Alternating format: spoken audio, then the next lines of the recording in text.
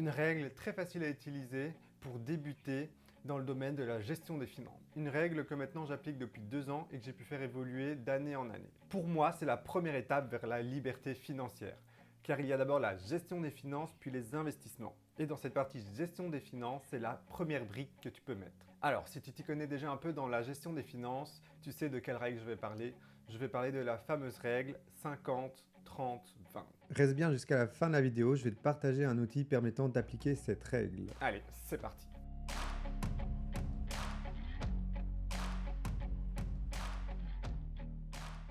Bonjour à tous et bonjour à toutes. Moi, c'est Lucas Leclerc. Sur cette chaîne, on parle finance et investissement. Alors, si tu es intéressé par ce monde, par la gestion des finances et les investissements, tu es au bon endroit. On parle très bien crypto, bourse, investissement, etc. Au sujet de cette vidéo, la fameuse règle que j'applique depuis maintenant 2 ans, la règle 50-30-20.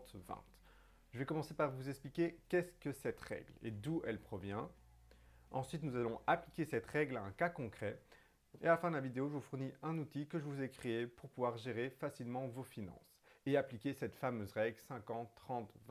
Depuis le début de la vidéo, j'ai déjà cité plusieurs fois le nom de la règle 50-30-20. Mais qu'est-ce que ça veut dire 50-30-20? Ça correspond à quoi? Je vais te le dire. Ça correspond au pourcentage de ce que tu vas allouer pour la gestion de tes finances. Laisse-moi être plus précis. Dans ta vie, tu vas gagner de l'argent, que ce soit un salaire ou via un business. Cet argent, tu vas devoir l'utiliser pour plusieurs choses. Tu pourras l'utiliser pour des besoins primaires et principaux, comme par exemple payer son loyer, l'électricité, les factures, etc. Mais bon, vous le savez très bien, dans la vie, il n'y a pas que ça qu'on peut acheter. Il y a plein d'autres choses qu'on peut acheter, dont des plaisirs. Des plaisirs, c'est quoi? C'est par exemple, j'ai envie d'aller au restaurant avec des amis, voilà, je paye le restaurant. Ou alors par exemple, ah j'ai vu ça sur un site en ligne, ça m'a l'air sympa, voilà, je vais me faire un petit kiff, je m'achète ça. L'air de rien, ici je vous ai déjà cité 2 catégories importantes dans vos dépenses. Après, il y a aussi une autre catégorie qui est une catégorie que je vais appeler liberté. C'est une catégorie qui pour moi est super importante. C'est une catégorie dans laquelle tu vas pouvoir épargner de l'argent et après aussi investir ton argent. Bon, je pense que tu commences à y voir un peu plus clair. J'ai cité 3 catégories de dépenses et dans le nom de ma règle, j'ai 3 catégories. Une qui correspond à 50, une à 30 et une à 20. Donc, tu vas tout simplement diviser tes dépenses en ces 3 catégories. La catégorie besoins, c'est les besoins primaires. Une catégorie plaisir et une catégorie liberté. Pour faire plus simple, je vais te montrer sur mon ordinateur un super PDF que j'ai trouvé qui illustre cette règle. Voilà, on se retrouve sur mon ordinateur. Donc ça, c'est un PDF que j'ai pris sur le site comentéconomiser.fr. Comment utiliser la règle 50-30-20 pour faire son budget? Alors, étape numéro 1, calculez vos revenus mensuels. C'est quoi vos revenus mensuels? C'est l'argent que vous gagnez net, c'est-à-dire l'argent que vous avez dans votre poche sans les impôts. Regardez ici. Donc, comme vous pouvez le constater ici, il y a le montant de vos ressources après déduction des impôts, c'est-à-dire on enlève ce que les impôts vous prennent et on enlève aussi les prélèvements obligatoires, tels que les plans de retraite, etc. Par exemple, moi, à mon boulot, j'ai un plan de retraite et une assurance et l'argent est déjà enlevé de mon salaire. Donc, moi, je vais regarder que ce que je gagne net, ce que je reçois sur mon compte et que je peux utiliser. Ok, maintenant que tu as fait la première étape et que tu sais combien tu gagnes d'argent chaque mois, passons à l'étape numéro 2. L'étape numéro 2, c'est la première catégorie, les dépenses fixes. Et dans cette catégorie, comme le titre l'indique, on y consacre 50% de son salaire, de ce qu'on gagne, pas forcément son salaire. Par exemple, ici dans les besoins, il y a le logement, les charges, les mensualités et l'alimentation. Comme son nom l'indique, ce sont vraiment les besoins, ce que tu as besoin dans la vie pour vivre. Dedans, il y a aussi par exemple les déplacements en voiture, les déplacements en transport, etc.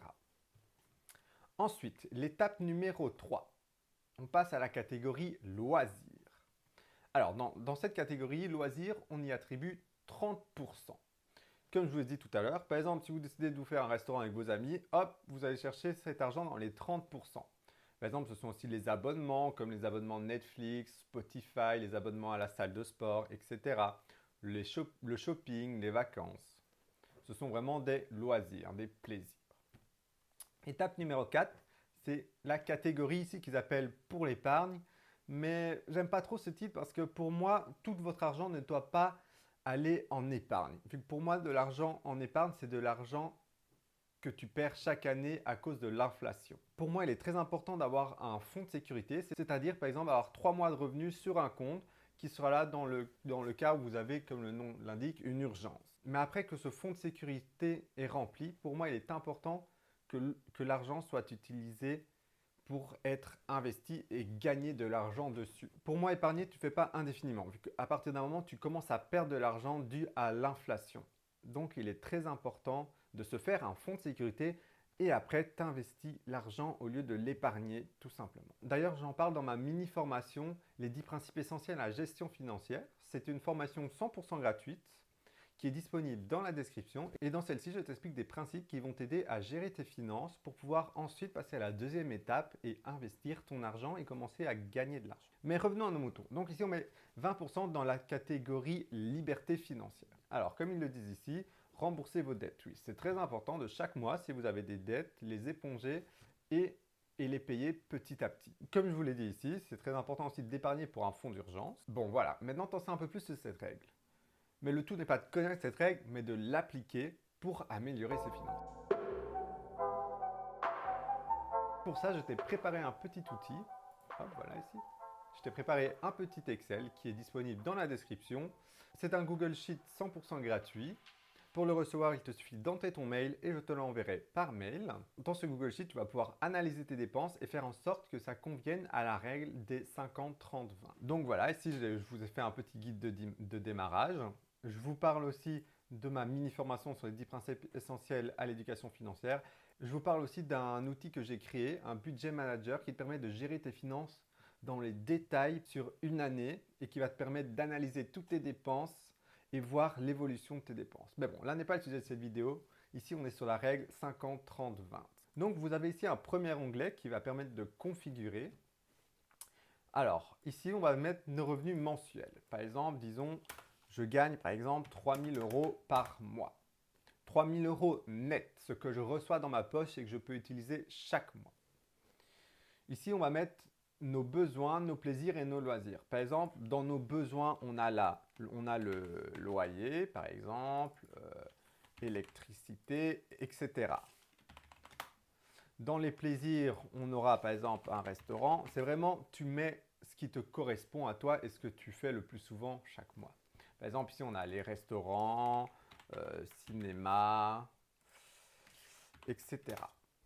Et ici, dans liberté, par exemple, on a nos dettes qu'on paye. On a aussi notre fonds d'urgence. Et on a aussi nos catégories d'investissement. Pour ma part, ce sont les cryptos, la bourse et bien d'autres choses que je vous montrerai dans des prochaines vidéos. Ok, alors maintenant nous passons à l'onglet principal, 50, 30, 20. Alors, comme vous pouvez le constater, il a coupé nos revenus en 3 catégories, besoins, plaisir, liberté. Ici, je vois que j'ai 1 500 € dans cette catégorie, ce qui correspond tout simplement à la moitié de mes 3 000 € que j'ai mis, 900 € dans plaisir et 600 € dans liberté. Ici, on voit que je n'ai encore fait 0 dépense ce mois-ci. Par exemple, ici, dans mes besoins, hop, je paye le loyer, hop, par exemple 500. C'est pas beaucoup, hein, si vous payez que les 500 votre loyer. Voilà, l'électricité, on va mettre, je paye 20 € par exemple ce mois-ci. On voit qu'on a déjà payé 520 € ce mois-ci. Par exemple, dans la catégorie plaisir, hop, on est dans le mois, je décide, oh, je vais au restaurant avec mes amis, ok, j'en ai pour 60 €. Ok, ensuite, la semaine d'après, je décide d'aller me faire un cinéma, hop, je note ma place de cinéma, par exemple, hop, 13 €. Ce qui commence à faire cher, honnêtement, 13 € pour un cinéma, voilà. Donc voilà, ici on arrive dans la catégorie liberté, bon, on va dire qu'en ce moment, j'ai encore des dettes à payer, par exemple, je paye 400 € de dettes. Ok, ensuite, je décide de mettre dans mon fonds d'urgence 200 €. Voilà.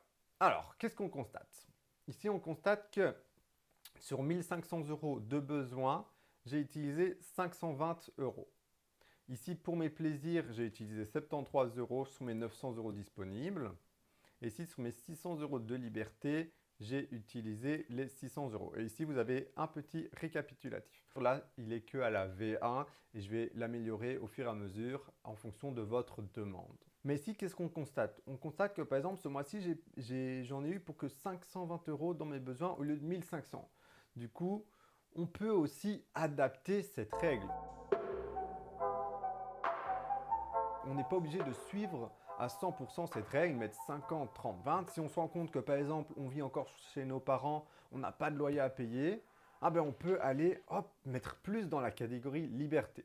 Par exemple, c'est mon cas. Moi, à l'heure actuelle, dans ma catégorie liberté, je mets beaucoup plus d'argent que les deux autres catégories parce que je peux me le permettre. Donc, c'est quelque chose de très important à savoir. On ne doit pas appliquer bêtement la règle 50, 30, 20. On peut l'adapter à nos besoins et changer ce pourcentage. Mais cette règle est un premier pas vers la gestion de ses finances et vers l'indépendance financière. Donc, en conclusion, chaque mois, ce que tu peux faire, c'est aller mettre tes dépenses et voir un peu comment ça se passe. Par exemple, ici, à la fin du mois, on se rend compte, comme je vous ai dit, sur 1500 de disponibles, j'ai utilisé 520, ok, je peux changer ça. Mais ça, tu ne le sais pas si le mois, tu ne commences pas à mettre à chaque fois tes dépenses et à analyser tes dépenses. Parce que je peux vous dire qu'il y a beaucoup de gens qui se retrouvent dans la situation, on leur demande où est parti ton argent ce mois-ci, ils ne savent pas vous dire.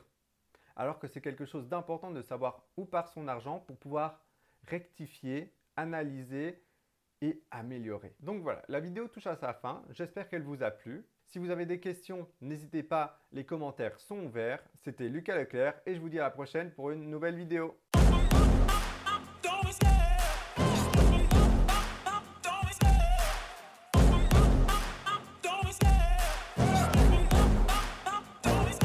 I love the chase and the hunt, and I set the pace when I'm running. I always take what I want and I always give it 100. Don't need a bank, no I'm